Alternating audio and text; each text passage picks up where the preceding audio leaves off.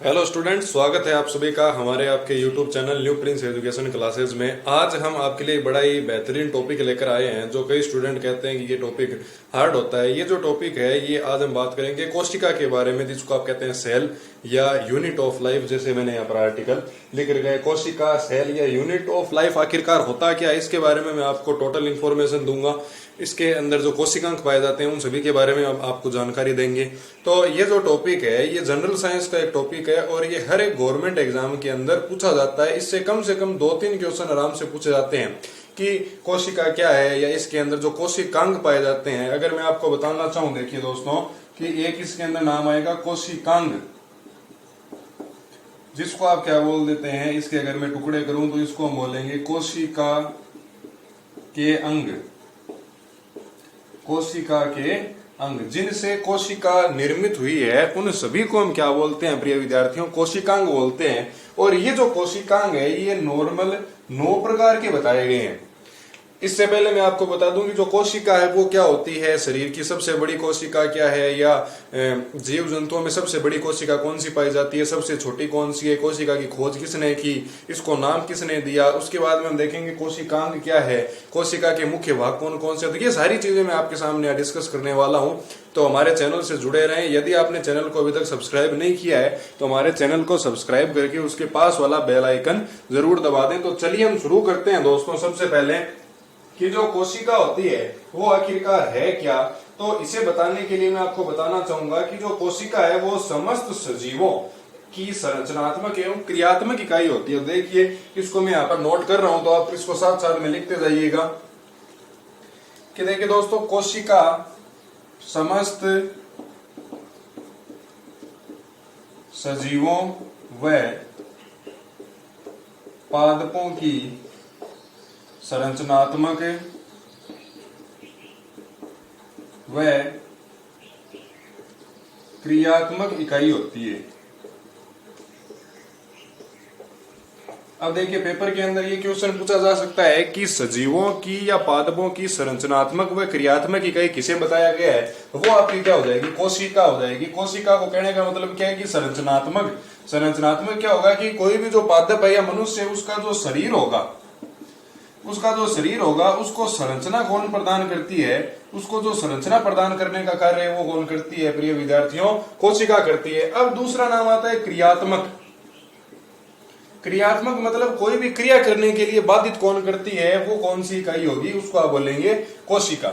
इसके बाद में मैं आपको बता दूं कि सबसे पहले जो इसकी खोज थी वो 1665 के अंदर रॉबर्ट हुक साहब ने की थी। किसने की थी? वर्ष 1665 के अंदर रॉबर्ट हुक साहब ने इसकी खोज की थी। अगली जो बात है वो ये है कि कोशिका का अध्ययन कौन सी ब्रांच के अंदर किया जाता है। कोशिका का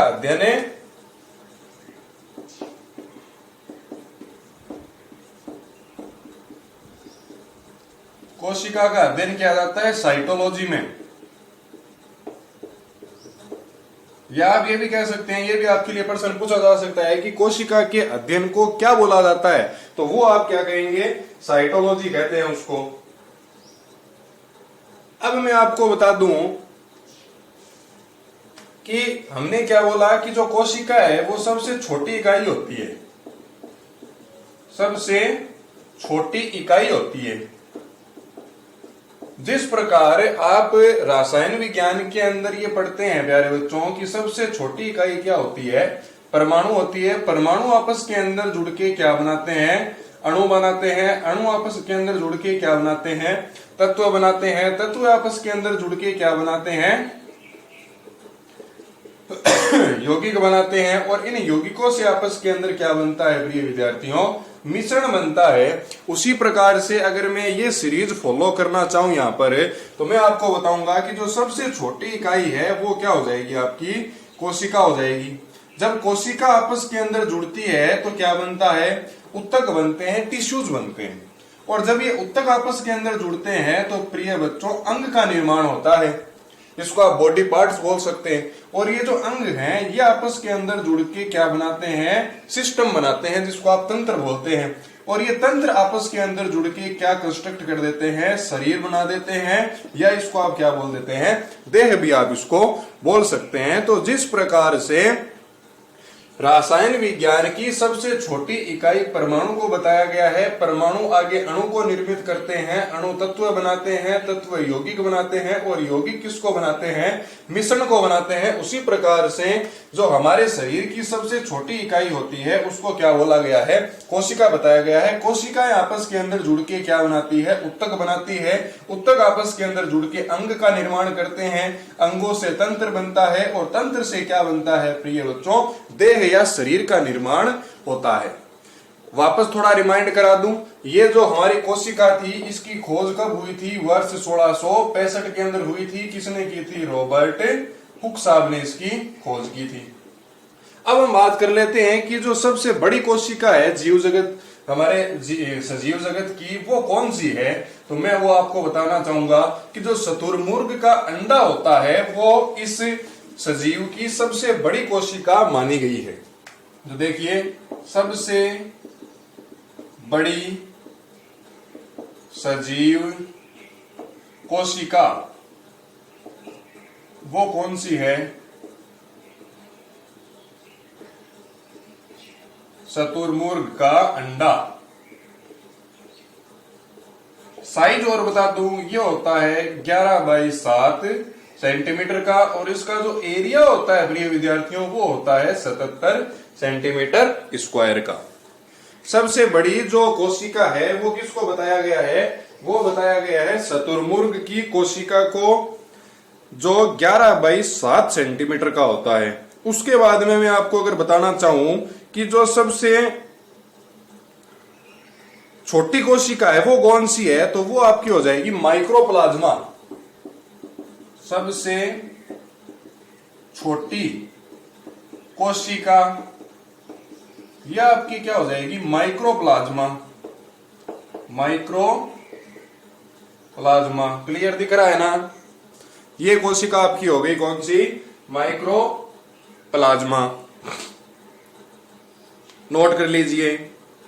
अब बताता हूं मैं आपको मानव शरीर की सबसे बड़ी कोशिका।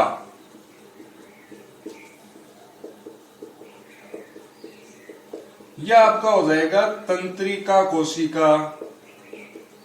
तंत्रिका, जिसको आप नर्वस सिस्टम भी बोलते हैं।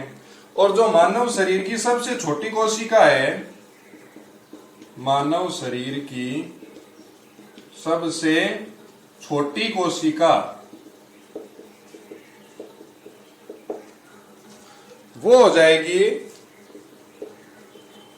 शुक्राणु को बताया गया है। तो देखिए, मानव शरीर सबसे बड़ी सजीव जगत की जो कोशिका है वो बताई गई है शुतुरमुर्ग के अंडे को।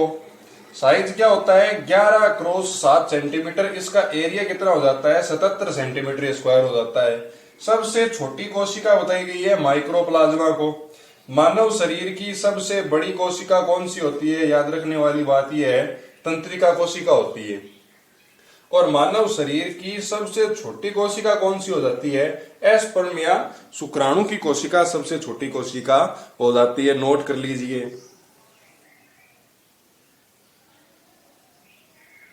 अब मैं आपको बताता हूं कि जो कोशिका सिद्धांत है उसका प्रतिपादन किसने किया था। तो देखिए,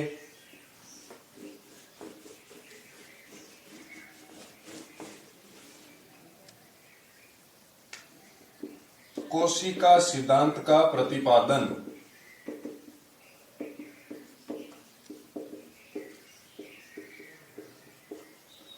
स्लाइडन व स्वान, दो वैज्ञानिक थे, एक तो था स्लाइडन, दूसरा था स्वान। इन्होंने क्या किया था, कोशिका सिद्धांत का प्रतिपादन किया था।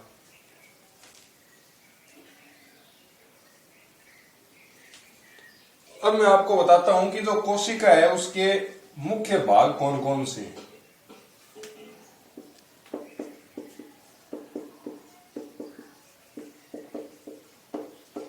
कोशिका के मुख्य भाग, इसमें मैं आपको बता दूं कि सबसे जो पहला भाग है वो होता है कोशिका झिल्ली। कोशिका झिल्ली। और इसमें दूसरा भाग होता है कोशिका द्रव्य। कोशिका द्रव्य या इसको आप जीव द्रव्य भी बोलते हैं, जीव द्रव्य। इसमें दो चीजें और पाई जाती है, एक को तो हम बोलते हैं कोशिकांग, एक आपका हो गया कोशिकांग, और दूसरा होता है कोशिका द्रव्य।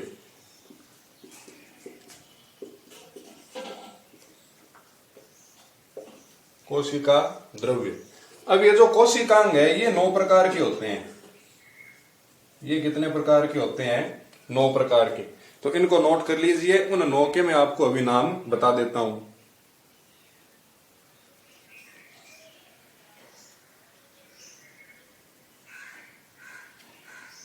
देखिए, इन सभी के बारे में हम विस्तृत रूप से पढ़ेंगे।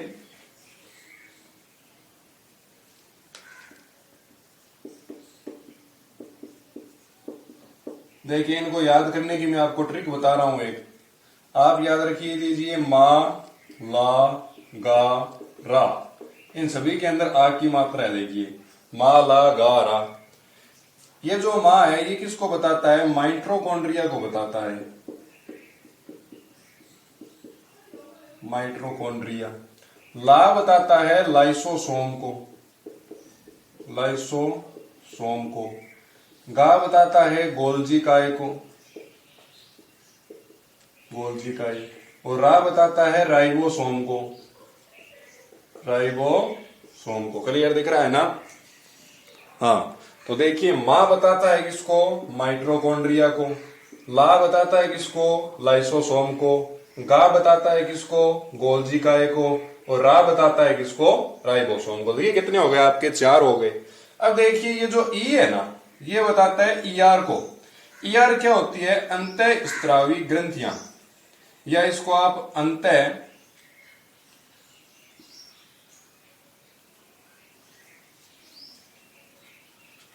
प्रदत्त ग्रंथियां भी आप इनको बोल सकते हैं।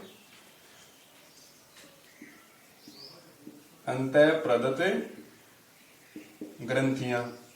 अब उसके बाद में एक जो सो आ रहा है, एक मैं ऐसे बताऊं कि जो कॉन्ड्रिया रिया है ये एक बताएगा रिक्तिका को। रिक्तिका।